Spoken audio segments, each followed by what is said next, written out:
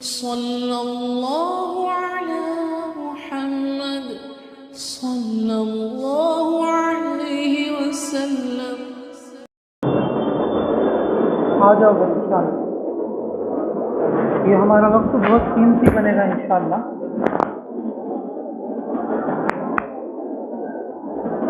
जो दूर बैठे हुए लोग हैं वो भी करीब आ जाओ इंशाल्लाह। हम बहुत अजीम मकसद के लिए जमा हो रहे हैं। बैठो भाई, आ जाओ भाई साथी, आ जाओ। अल्लाह के घर में जमा होना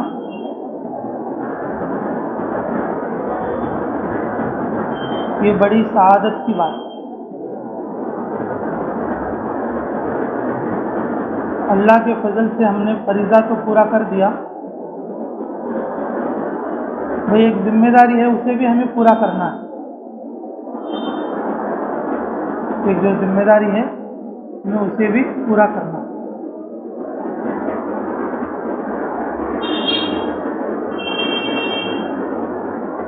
अल्लाह रब्बुल इज़्ज़त हमें सही समझ की तौफीक नसीब करे। भाई वो जो जिम्मेदारी है अल्लाह ने हमारे ऊपर डाली है, हम जैसे मस्जिद वाले बने हैं, जैसे अल्लाह ने हमें फरीज़ा हुक्म पूरा करने की तौफीक दिया है, उसी तरीके से हम अपने भाइयों को लाएं, मस्जिद के माहौल में लाएं।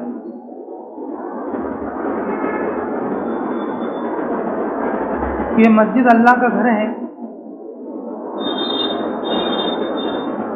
इस जमीन पर सबसे अच्छी जगह मस्जिद है और मस्जिद में फरिश्ते होते हैं, और जो बंदा मस्जिद में आता है वो फरिश्तों के परों में होता है। वो बंदा फरिश्तों के परों में होता है। और जो बंदा अल्लाह के घर में आता है, सिर्फ आने की वजह से अल्लाह उसकी मग़फ़िरत करता है। उसके एजाज़ व इकराम में, उसके इस्तक़बाल में अल्लाह उसके पिछले सारे गुनाह माफ़ कर।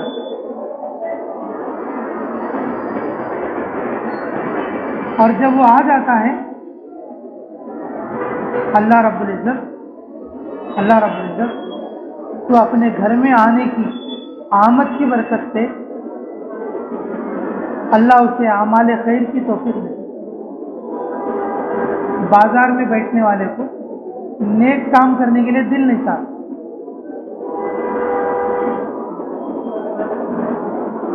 अगर बुरा आदमी भी मस्जिद में आ जावे तो उसे सुभान अल्लाह कहने को दिल बोलता, चुप रहने को दिल बोलता। बाजार में शोर मचाने वाला, बाजारों में गुनाह करने वाला, बाजारों में पता नहीं क्या क्या करता, लेकिन मस्जिद के माहौल में आ जाएगा, अल्लाह उसे कोई ना कोई इबादत की तौफीक दे। खामोश रहता, सुभान अल्लाह बोलता। जब दो चार आदमी नमाज पढ़ रहे हों वो नमाज पढ़ने लगता। अगर कोई जिक्र कर रहे हो वो जिक्र करने लगता। ये फरिश्तों का माहौल, ये इस माहौल का असर। बेहतरीन जिक्र करने वाला भी अगर बाजार के माहौल में चले जाए उसका जिक्र छोड़ जाए। बेहतरीन जिक्र करने वाला बाजार के माहौल में चले जाए तो क्या हो जाएगा, वहां जाके उसका जिक्र छूट जाएगा, फिर वहां की चीजों में लग जाएगा, वहां के माहौल का असर उसके ऊपर आ जाएगा। इल्ला माशाअल्लाह, इल्ला माशाअल्लाह। मेरे ये जो मस्जिद का माहौल है, ये फरिश्तों का माहौल है, अल्लाह की रहमत का माहौल है, अल्लाह से इनामात लेने का माहौल है, इबादत का माहौल है। और मस्जिद ईमान बनने की भट्टी है। मस्जिद क्या है बोलो? ईमान बनने की भट्टी है। जैसे अस्पताल हजरत मौलाना यूसुफ साहब अली रहमा फरमाया करते थे, जैसे अस्पताल और वैसे मस्जिद, जैसे अस्पताल वैसे मस्जिद। जब आदमी बीमार हो जाए तो अस्पताल में चला जाता, और जब आदमी का ईमान कमजोर हो तो उसकी तकमील मस्जिद में हो। जैसे जैसे जिस्मानी बीमारियों का इलाज, जैसे जिस्मानी बीमारियों का इलाज अस्पताल में होता है, उसी तरीके से ईमान की कमजोरियों का जो इलाज है वो मस्जिद में होता है, मस्जिद में होता है, मस्जिद में होता है। अस्पतालों में एक जमात ऐसी रहती है इमरजेंसी वाली, वो दरवाजे पे रहती है और जो भी आ रहा है मरीज और उसका इस्तकबाल करके लेती है। शुरू में करने वाला इलाज करके और फिर अगर उसका इलाज बड़ा हो तो फिर बड़े जो है दाखिले में कर देते, वार्ड में भेज देते, भाई तेरी बीमारी इतनी बड़ी है कि तू 20 दिन रहना पड़ेगा, तेरी बीमारी इतनी बड़ी है कि तू 3 महीने रहना पड़ेगा, तेरी बीमारी इतनी बड़ी है तुझे ऑपरेशन करना पड़ेगा। इमरजेंसी वाले और जैसे इस्तेकबाल करते, मेरे अजीजों, मस्जिद में भी ऐसे इस्तेकबाल करने वाले लोग हैं जैसे मदीना मुनव्वरा में मौजूद थे उस जमाने। हमारी मस्जिदें हमारे नबी मोहम्मद सल्लल्लाहु अलैहि वसल्लम वाली जो मस्जिद और मस्जिद नबवी का नमूना बन गए। ये उसकी मेहनत है, ये उसकी मेहनत। हमारा यहाँ पर जमा होना, हमारा यहाँ पर बैठना, जिस तरीके से अल्लाह रब्बुल इज्जत ने हमें अपने घर में बुला लिया, हमने अल्लाह के फरीज़े को अदा कर दिया। बहुत सारे लोग ऐसे हैं कि जिन्होंने अजान तो सुना है और जिन्हें मालूम तो है अल्लाह का हुक्म पूरा करना है, लेकिन वो अल्लाह के घर से और अल्लाह के नाम से, अल्लाह के हुक्म के पूरा करने से दूर हैं। मेरे अजीजों, ये जिम्मेदारी अल्लाह ने हमें दी, उम्मती होने की हैसियत, अल्लाह का बंदा होने की हैसियत से हमने हुक्म को पूरा कर लिया। अब मोहम्मद सल्लल्लाहु अलैहि वसल्लम का उम्मती होने की हैसियत से और हमें जो है उन लोगों को लेकर आना है, ये जिम्मेदारी। फरीज़ा तो अदा हो गया, अब जिम्मेदारी पूरा करने दो। उसके लिए बेहतरीन शक्ल जिसके जरिए से अल्लाह ताला उमूमी हिदायत अता फरमाते हैं, और वो है उमूमी गश्त। वो क्या है बोलो? उमूमी गश्त। मेरे अजीजों, जिस महल्ले में उमूमी गश्त होता है,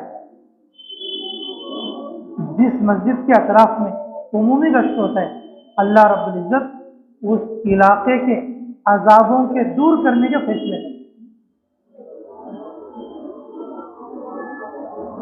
हम लोग सोचते रहते हमारे ऊपर क्या अजाब है, हम तो ठीक कमा रहे खा रहे, हमारे ऊपर क्या अजाब है? मेरे अजीजों, हमें नहीं समझ में आया कि हमारे ऊपर क्या अजाब। वाह, हमारे घर में एक नमाजी है और 3 बेनमाजी है, ये अजाब है। हम क्या समझ रहे कि हमारे ऊपर क्या अजाब है, हम तो ठीक है। खुद हमारे घर में मैं अकेला नमाजी हूं और 3 आदमी बेनमाजी हैं। मैं अकेला नमाजी हूं, हमारे घर में 2 आदमी बेनमाजी हैं। मैं अकेला नमाजी हूं और मेरे पड़ोस में 4 आदमी बेनमाजी हैं, और मैं अकेला नमाजी हूं और मेरे 3 दोस्त वो बेनमाजी हैं, और मैं अकेला दुकानदार नमाजी हूं, लेकिन मेरी दुकान के बाजू में 4 दुकानदार ऐसे हैं जो बेनमाजी हैं। ये अजाब से क्या कम है? अजाब से क्या कम है? इसका वबाल किस पर पड़ेगा? इसका वबाल किस पर पड़ेगा? मेरे अजीजों, ये आजादी है हम। अजाब का मतलब ये नहीं है कि आसमान से आग बरसेगी। अजाब का मतलब ये नहीं है कि जमीन जो है जलजला लाएगी। अजाब का मतलब ये नहीं कि तूफान आ जाएगा। मेरे अजीजों, नेक काम करने को दिल ना चाहना ये भी अजाब। नेक काम करने के लिए क्या नहीं चाहना बोलो? दिल नहीं चाहना, क्या ये भी एक अजाब? बहुत सारे लोग अपना वक्त कैसा कैसा गुजारते हैं। बाजार में जाकर देखेंगे कहीं भी, अपने लोगों में भी गैरों में भी, और किस तरीके से कि उनका वक्त गुजर जाए। गली के कोने में खड़े हैं और 4 साथी खड़े हैं, 3 घंटे से खड़े ही हैं। जब हम मुलाकात में जाते हैं तो देखते हैं रात के 12-12 बजे भी लोग खड़े हैं। भाई तुम क्यों खड़े हो? बस ऐसे ही। कब से खड़े हो? 9 बजे से खड़े, 12 बजे, अब 3 घंटे हो गए। ये खड़े होने की कोई वजह है ना? बस ऐसे ऐसे खड़े। मेरे अजीजों, मुसलमानों का वक्त किधर लग रहा है? नौजवानों का वक्त किधर लग रहा है? हमारे भाइयों का, दोस्तों का और अपने बच्चों का वक्त किधर लग रहा है? ये अजाब नहीं तो और क्या है? ये अजाब नहीं तो और? मस्जिद में बैठने को हमारा दिल नहीं लगता, ये अजाब नहीं तो और क्या है वो? मेरे अजीजों, जिस इलाके में उमूमी गश्त होता है उस इलाके के अजाबों को अल्लाह ताला दूर करने के फैसले करते। उमूमी गश्त से उमूमी हिदायत है। उमूमी गश्त एक ऐसा जरिया है और जिसके जरिए से अल्लाह रब्बुल इज्जत उमूमी हिदायत उतारता। इसीलिए मेरे अजीजों, हम सब लोगों को फिक्रमंद होकर और अपने मोहल्ले और अपने इलाके और अपने मस्जिद को आबाद करने के लिए उमूमी गश्त करना चाहिए, और जिससे उमूमी हिदायत नाजिल होगी। अल्लाह ताला हम लोगों को जो है अपने इलाके में और अपने मोहल्ले में, बल्कि पूरे आलम में खैर के आने का जरिया अगर हमें बनाए, हमें बनाए। कोई चाहते भाई हम लोग इसमें? अरे भाई चाहते हैं आप लोग भी इंशाल्लाह अल्लाह खैर के फैलने का जरिया अल्लाह हमें बनाए, अल्लाह हमें जो है बुराई का ताला बनाए और नेकी की चाबी बनाए। चाहते हैं सभी इंशाल्लाह? तो तैयार है सब उम्र गश्त करने के लिए इंशाल्लाह? अच्छी बात भाई, बोलो इंशाल्लाह कितनी जमातें बनेंगी? कितनी जमातें बनेंगी? हाँ, ये अच्छा रहेगा, एक जमात उम्र गश्त। अच्छा, फिर तय हो जाए साथी कौन कौन, रहबर तय हो जाए उमूमी, और खुसूसी तो बाद में तय कर दे। रहबर आप हैं। मुतकल्लिम कौन रहेंगे?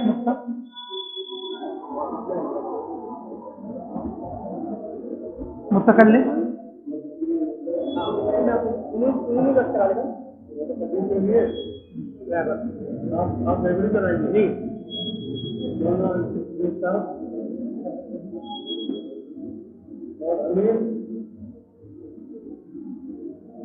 जिम्मेदार ना, आप मुलाकात में जाने का नहीं लगा? जी जी, हाँ।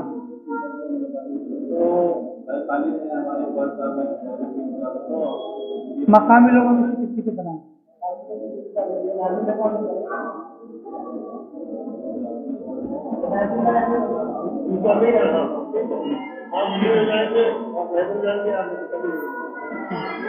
दुआ जिक्र में हजरत बैठ जाए, दुआ जिक्र में इंशाअल्लाह। और इस्तेकबाल के लिए कोई नौजवान हो जाए भाई, इस्तेकबाल के लिए। हाँ माशा, ठीक है भाई, मुख्तसर सा काम सुन लो। अल्लाह हमें सही करने की तौफीक अता फरमाए। तो हमारा करना हम अपनी हिदायत के लिए करते हैं, हमारे मिलने से किसी को हिदायत नहीं मिलती, हिदायत अल्लाह के देने से मिलती है। हमारा कहना सिर्फ हमारे ईमान को नफ़ा पहुंचाने और अपने आप को और जो है ईमान में तरक्की करने के लिए होता है। फिर भी जो जिम्मेदारियां तय हुई हैं माशाअल्लाह, इनको हमें सही तरीके से पूरा करने की कोशिश करनी। जो यहाँ पर दरमियानी बात करेंगे माशाअल्लाह, वो तो ऐसी बात करना चाहिए कि दीन के नफ़े की, कि बस सुनने वालों पर असर हो। और फिक्र लेकर बात करें, ताकि सुनने वाला बात के बाद जो बात होती है, तश्कील होती है, और उस पर आमादा हो जाए और लब्बैक कहकर जो है उन्होंने खड़े होने वाला बन जाए। ठीक है। और जो दुआ जिक्र वाले भाई अल्लाह ताला को इस तरह से मनाए कि भाई कितना जो है हमारी जो कौम, जो हमारे साथी, हमारे भाई, हमारे दोस्त जो अल्लाह से दूर हैं, वो अल्लाह की रहमत उन पर ना होने की वजह से है। अल्लाह ताला से इस तरह से दुआ मांगे कि अल्लाह कि तू अपनी गफ्फारी और सत्तारी अता फरमा और सारे लोगों को कबूल फरमा ले, ये पूरे महल्ले वालों को, पूरे इलाके वालों को अल्लाह तू हिदायत के फैसले फरमा, बोलकर तड़प तड़प कर, रो रो कर और जो है दुआ मांगना चाहिए। और इसी तरीके से जो लोग इस्तेकबाल में हैं वो पूरी और जो पूरी उम्मत के इस्तेकबाल की नियत करें, पूरे उम्मत के इस्तेकबाल की नियत करें, और जो भी लोग आते हैं उनको बशारत के साथ और अपना पुराना बिछड़ा हुआ भाई और दोस्त समझकर इस्तेकबाल करके और उनको वज़ू की तरफ रग़बत दिलाएं। वज़ू करने के बाद नमाज के बारे में पूछें और फिर जितना वक्त है उनके पास और वो लाकर दरमियानी बात में बिठाने की कोशिश करें। और भाई जो रहबर साहब हैं वो जिनके पास बुला कर ले जाएंगे, एक वक्त में एक ही आदमी से मुलाकात करना ज़्यादा अच्छा हो।